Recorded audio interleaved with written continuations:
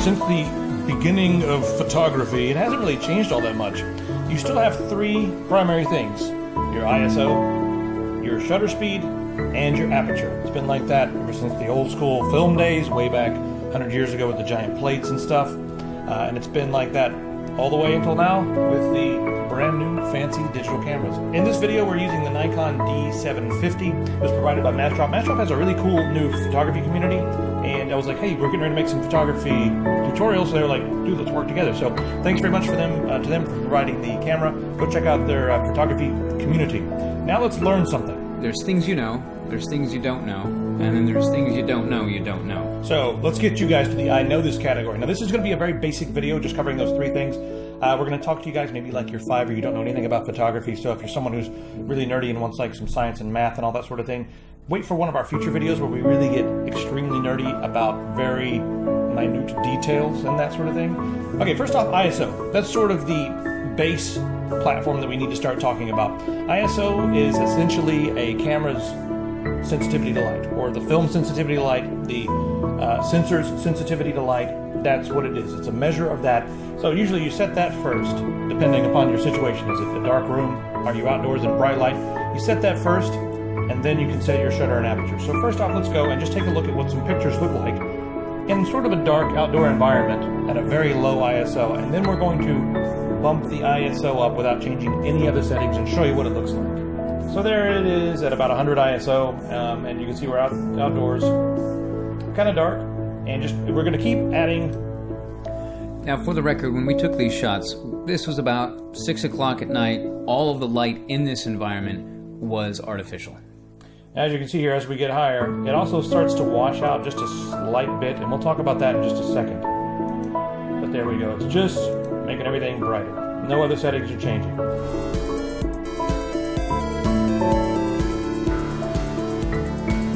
All right, you guys ready to see just what the different noise levels look like? And this is with the Nikon. This camera is kind of the god camera. It's one of the best cameras on the market for low light photography and videography. It's kind of ridiculous, and I don't expect I don't expect many other cameras to be able to compete as far as the low light performance goes, and the nice noise that it produces, even at the higher ISO ratings. But let's go ahead and take a look. Go ahead and zoom in here and look around.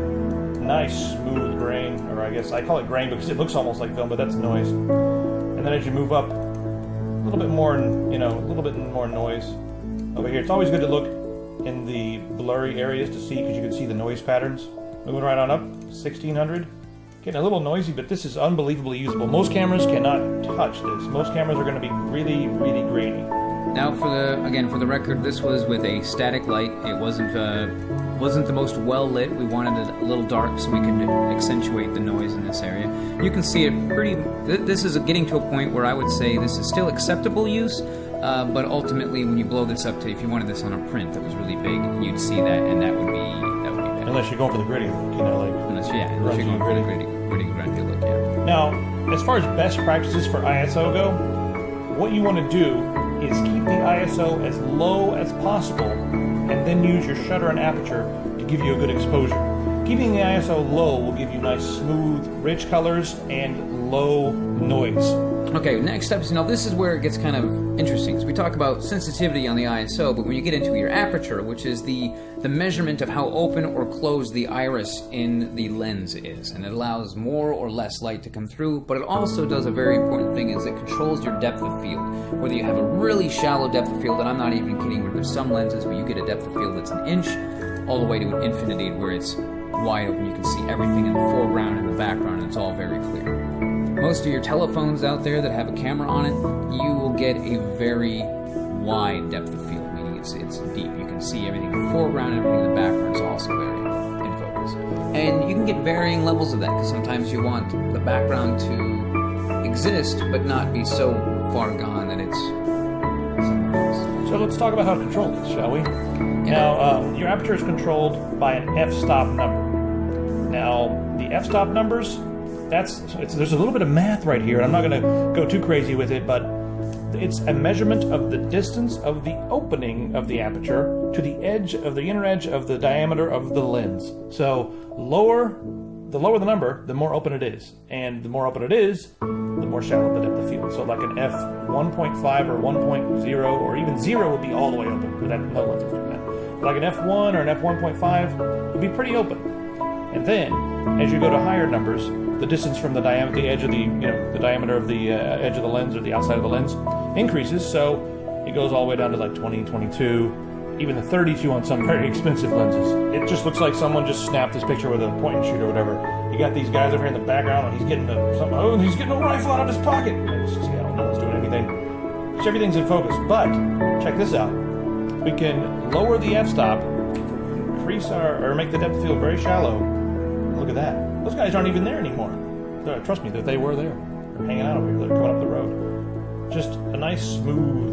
Look at that background. It's amazing. And this is what we're talking about when you say you want to isolate your subject, if that's what you're going for. So in cases like this one here, the subject is isolated, the background is well out of focus, and it's got a nice colorful, it creates a backdrop.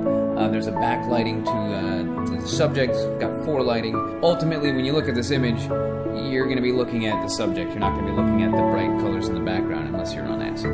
So let's go ahead and see what it looks like at a higher f-stop. And there we go, the higher f-stop. First thing I look at over here is like, what is that, a mail truck or something on the side? And Might be a bread truck. Yeah, you read farmer's market and all this stuff, and you're like, oh, there just happens to be someone standing there.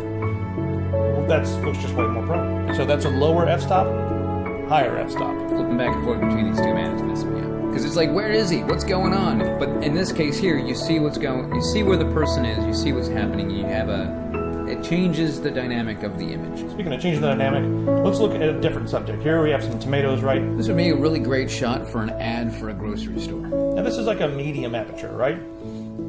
Let's go ahead and make the aperture. Let's just open up the f-stop.